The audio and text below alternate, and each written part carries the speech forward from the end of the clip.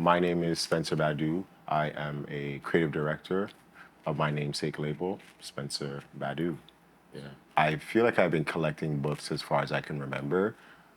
Before I had my own brand, before I started making clothes, I would say my introduction was actually literature. So reading books, going like on YouTube, like I think I just was really a fly on the wall, just trying to get as much information as possible. Beyond fashion, I would say is like contemporary art and photography. For me, I think those are two mediums that have kind of had an effect or an influence on like culture as a whole. I would say I'm more of a visual learner.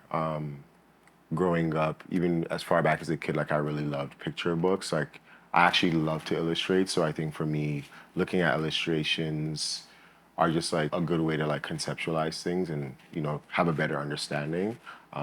Especially like I don't have any like technical fashion books here, but even when I started sewing, just seeing like diagrams of how like things are sewn and how things are made, I would say was like really helpful.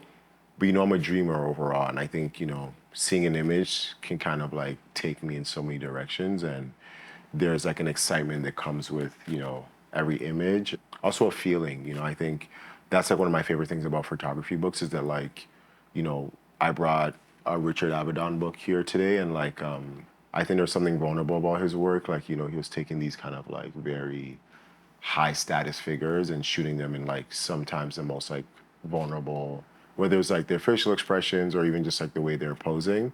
It evoked an emotion, and I think I really took a stab at like photography for a long time, and then I realized that like I should probably just focus on clothes.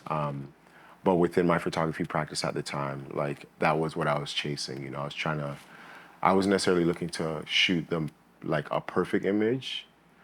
I wanted a sense of rawness, like something that kind of evoked an emotion when people saw the image. So for me, there's power within image. For me, music was also, I would say, one of my first, I guess, portals into fashion. I think that obviously music and fashion is synonymous in a lot of ways for me. And like, again, that like cultural element where I feel like music is a vehicle and it kind of tells a story of a moment in time, especially when you think of like the early 2000s, late 90s. Like, I feel like musicians were such larger than life characters, and they really held a lot of power in regards to the influence that they had to the youth or just like to society as a whole. I've kind of been on this kind of like steady grind, and I think, on the come up, I would look to different artists for motivation or influence. I think that like, I remember when I first started my career at the time, I think Kanye was kind of going through his own battles with like the fashion industry. And I think even though I was, such a young designer, I think I really fed into that angst at the time, and it was something that motivated me to just kind of like push and kind of charter my own like independent path. But then I look at, for instance, like artists like Skepta or Jay-Z, like people that have kind of like built something meaningful over time for themselves. I think it was definitely something that at the time I could look to someone that looked like me and that was able to build something and kind of leave a mark in their respective industries. I got these recently. Yeah, so I got these recently. Funny enough, growing up, I would get in a lot of trouble because at the time my parents thought I was like wasting my money.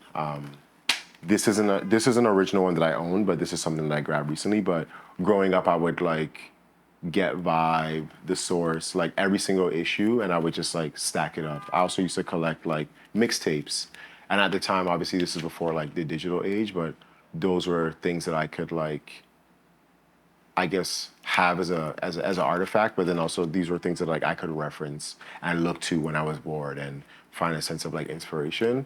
It wasn't just music, right? I think these things were kind of like a collection of like the culture at the time of the moment. The great thing about a book or any, whether it's like literature or like something like this that's more visual, you can pick it up and put it down as you feel. And sometimes when you pick something up for the fifth or the 10th time, there's something that you didn't necessarily see the first time, and it kind of takes you down another like rabbit hole. So in a lot of ways too, these things were very like educational for me. It's like I was a kid in like Brampton.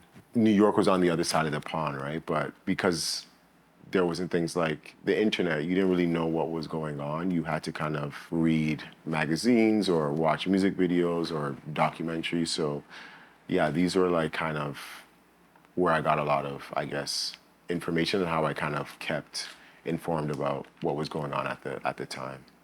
When I decided I want to become a fashion designer, I bought I bought these two books. So I bought like a Rick Owens book and a Raf Simons book. I think at the time those were like the two people that I knew of. You know, I think my actual introduction into fashion was through Junior Watanabe. So I remember seeing a Junior Watanabe show. Like I think I had seen a couple shows prior through like fashion television, but I remember going through, for instance, like GQ.com. It was like a fashion week at the time, and I remember seeing like this kind of like patchwork situation through Junior's work. And I was like intrigued because there was obviously something more, I guess, deconstructed about their work. And then I came across, I think a few seasons later, I came across Rick Owens' work, and I think there was something that stood out to me. And then I kind of started to do this like deep dive into like who he was and what he was about.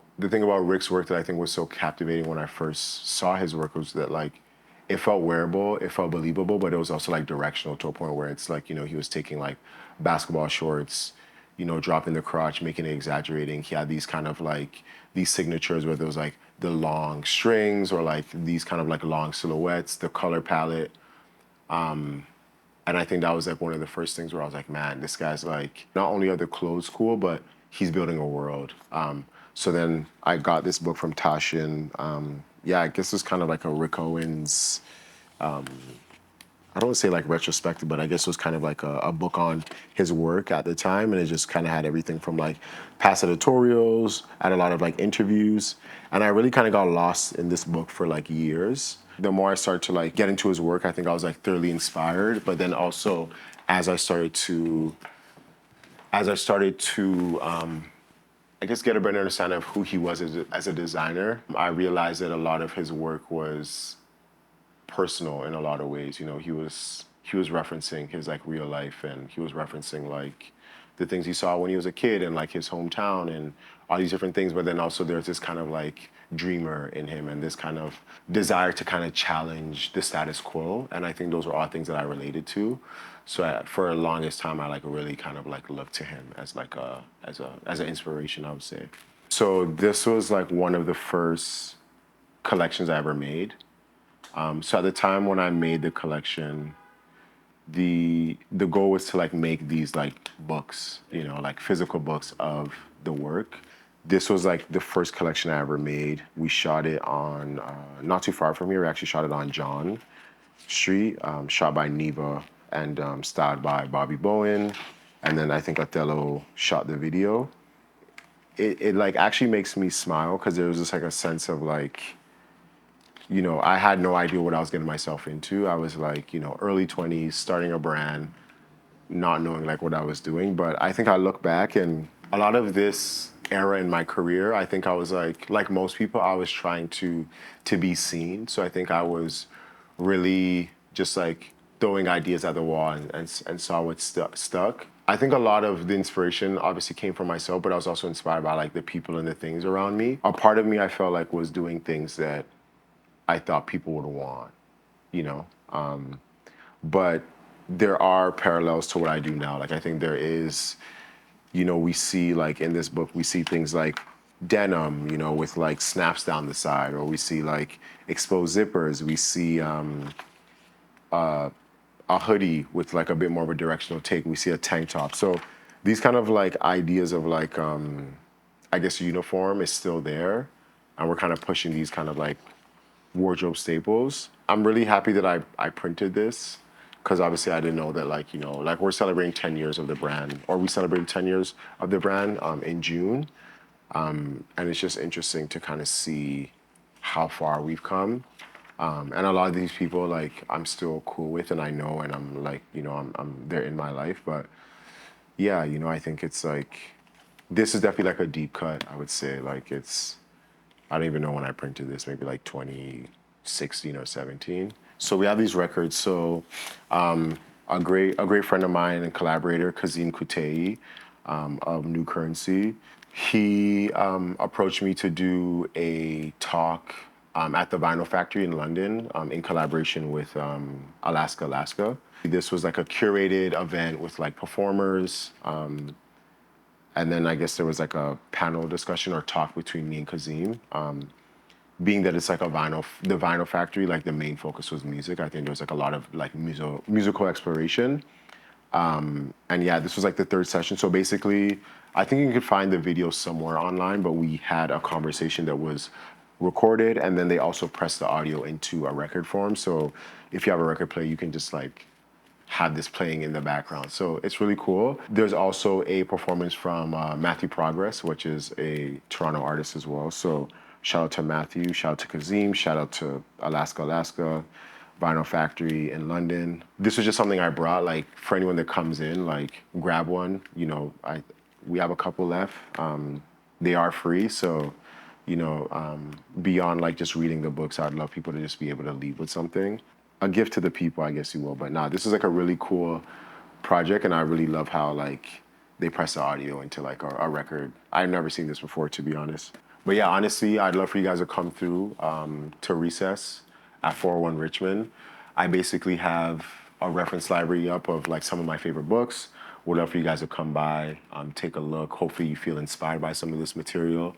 Check Instagram for more information. But yeah, please come by, check out some of these books. If you get here early enough, hopefully you can leave with one of these records. So many books.